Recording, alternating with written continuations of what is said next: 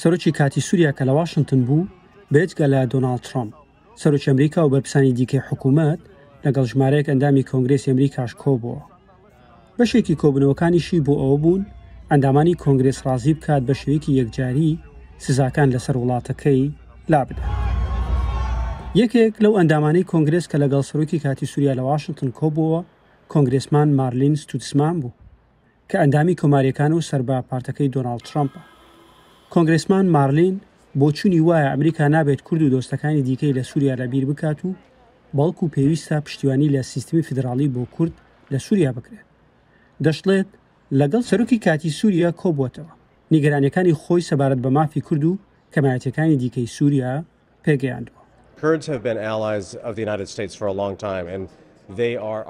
کورد دەمەکە درێژ هەڤڵبەندên ئەمریکایە ئەو دۆستên منە هەروەها دورزیژی لە باشوورێ سووریێ دۆستên منە ئەم بە دورزیên ئیسرائیلە رەژی دۆستن ji ber vê yekê giring e ku serok û qanûn xebata Kurd û Durziyan aj bo wî welatî nas bikin. Ez di wê baweriyê de me ku divê li Sûriyê sîstemeke federal hebe ku Kurd karibin rêveberiya herêm an navçeya xwe bikin.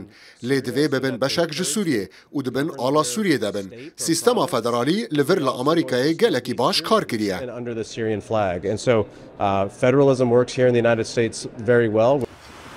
کۆنگرێسمان مارلین ستوتسمان بە تەنیا ئەندامی کۆنگرێس نییە کە بۆ چوونەی هەیە و نیگەرانی پرسی پێکاتەکانی سووریا بەڵکو بەشێکی زۆری ئەندامانی دیکەی کۆنگرێسیش هاوبۆچوونن بە هەستیاریەوە سیر ڕەفتارەکانی حکوومەتی ئێستای سووریا دەکەن و پێیان وایە هێشتا لە تاقیکردنەوەی ئەمریکا دەرنەچووە پێویستە لابردنی سزاکانیش بە شێوەی مەرجدار بن. کۆنگرێسمان فرەنچ هیل کە سەرۆکی لیژنەی داراییە لە کۆنگرێس کۆماریە و هەروەها سەرۆکی گروپی دۆستایەتی ئەمریکا سووریاشە داوا لە دۆناڵد ترامپ دەکات لە مامەڵەکردنیدا لەگەڵ دیمەشق هەمیشە مافی کورد و کەمایەتەکانی دیکەی سووریا لەبیر بێت. پێویستە سووریا وڵاتی هەموو پێکاتەکان بێت نەک بە تەنیا یەک گروپ.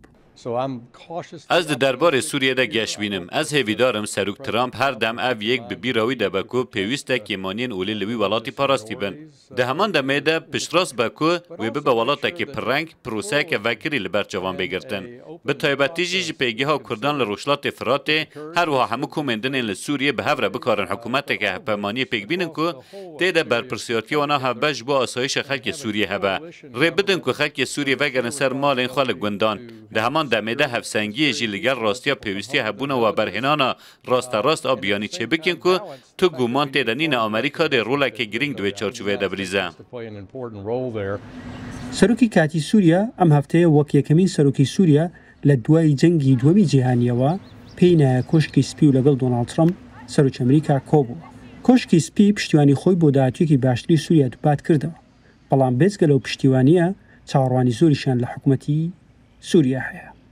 سەردانەکەی سەرۆکی سووریا بۆ کۆشکی سپی زۆر کەس بە سەرکەوتنێکی گەورەیان لێکدایەوە بەڵام ئەو نەیتوانی هەموو ئەو شتانە بەدەست بێنێت کە بۆ یاد بووە واشنگتن بەتایبەتیش لابردنی سزاکانی قەیسەر بە یەکجاری لەلایەن کۆنگرێسی ئەمریکاوە. تاوەکو ئێستاش بەشێکی ئەندامانی کۆنگرێس لەگەڵەوەدان ئەگەر بێت ئەو سزانە لابدرێن ئەبێت بە شێوازی مەرجدار بن و هێشتا متمانێ 100% بە حکومەتەکەی کاتی سووریا ناکەن. دیار کوردە ڕوودا و واشنگتن.